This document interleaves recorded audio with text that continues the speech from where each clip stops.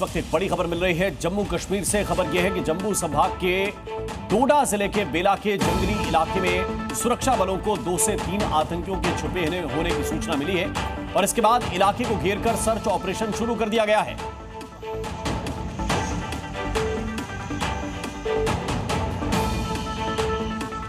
दिल्ली से इस वक्त एक बहुत बड़ी खबर मिल रही है। दिल्ली की एक अस्पताल को बम से उड़ाने की धमकी दी गई है। शालीमार बाग स्थित मैक्स अस्पताल को बम से उड़ाने की धमकी मिली है। अस्पताल के अंदर बम स्क्वाड की टीम पहुंच गई है। पुलिस समेत कई टीमें अस्पताल की जांच में इस वक्त जुटी हुई हैं और पिछले कुछ दिनों में लगातार ऐसी धमकियों का सिलसिला बढ़ गया है। हालांकि अब तक जो धमकियां मिली हैं वो अफवाह ही निकली हैं, लेकिन इन्हें हल्के में नहीं लिया जा सकता और इसीलिए जी मीडिया संवाददाता प्रमोद शर्मा इस वक्त ग्राउंड जीरो पर है। सीधे उनकी तरफ चलते हैं। प्रमोद, जरा बताइए इस वक्त अस्पताल में क्या चल रहा है?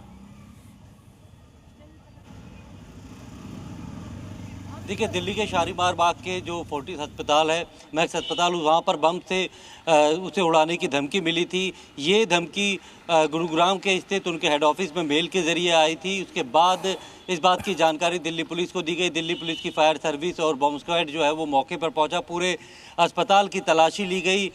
तमाम जो लोग थे उन्हें बाहर निकालकर चप्पे चप्पे की तलाशी ली गई और जिसके बाद इस मेल को हॉक्स कॉल डिक्लेयर किया गया था। और उससे पहले बाकायदा दिल्ली के ताज पैलेस होटल को भी उड़ाने की एक धमकी मिली थी। वहाँ पर भी तमाम जो एजेंसीज हैं उन्होंने अपनी ड्राइव को चलाया और पूरे होटल की तलाशी ली, तो वहाँ पर भी कुछ नहीं मिला। तो आज पूरे दिन भर जो है जिस होटल और साथ में अस्पताल, इन दोनों को उड़ाने के जो मेल आए थे उसकी जांच अब दिल्ली पुलिस कर रही है।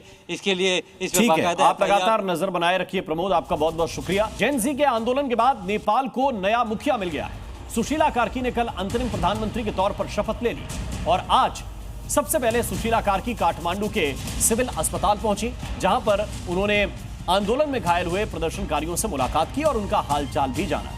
नेपाल में अब हालात धीरे धीरे सामान्य हो रहे हैं, लेकिन जेन ज़ी क्रांति के बाद प्रधानमंत्री बनी सुशीला कार्की के सामने चुनौतियों का पहाड़ खड़ा है।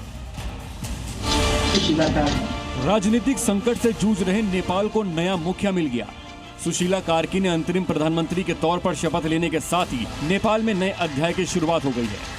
नेपाल की पहली महिला पीएम बनी सुशीला कार्की ने शुक्रवार शाम को अकेले ही शपथ ली थी, लेकिन सूत्रों के मुताबिक अब खबर है कि कल 2 मंत्री शपथ ले सकते हैं ताकि आम चुनाव से पहले सरकार के कामकाज को बेहतर ढंग से चलाया जा सके। वहीं जेन ज़ी सरकार में शामिल नहीं हुई है, जो बाहर से ही पीएम सुशीला के कामकाज की निगरानी की बात कर रही है। वहीं ये कोशिश भी होगी कि अगले 6 महीने में आम चुनाव करा दिए जाएं। वहीं हालात अब धीरे धीरे सामान्य होते दिख रहे हैं। काठमांडू से कर्फ्यू हटा दिया गया है, सड़कों पर फिर से चहल पहल दिखने लगी है। मैं इस वक्त काठमांडू एयरपोर्ट के साथ साथ चल रहा हूं। अब आम जनजीवन कैसा है मैं ये आपको दिखा रहा हूं कि क्या हालात हैं, कैसे बदल रही है यहाँ की तस्वीर। धीरे धीरे लोग अब सड़कों पर आने शुरू हो गए हैं। वहीं सुरक्षा में कोई चूक न हो, इसके लिए सेना के जवानों ने सड़कों पर मोर्चा संभाल रखा है।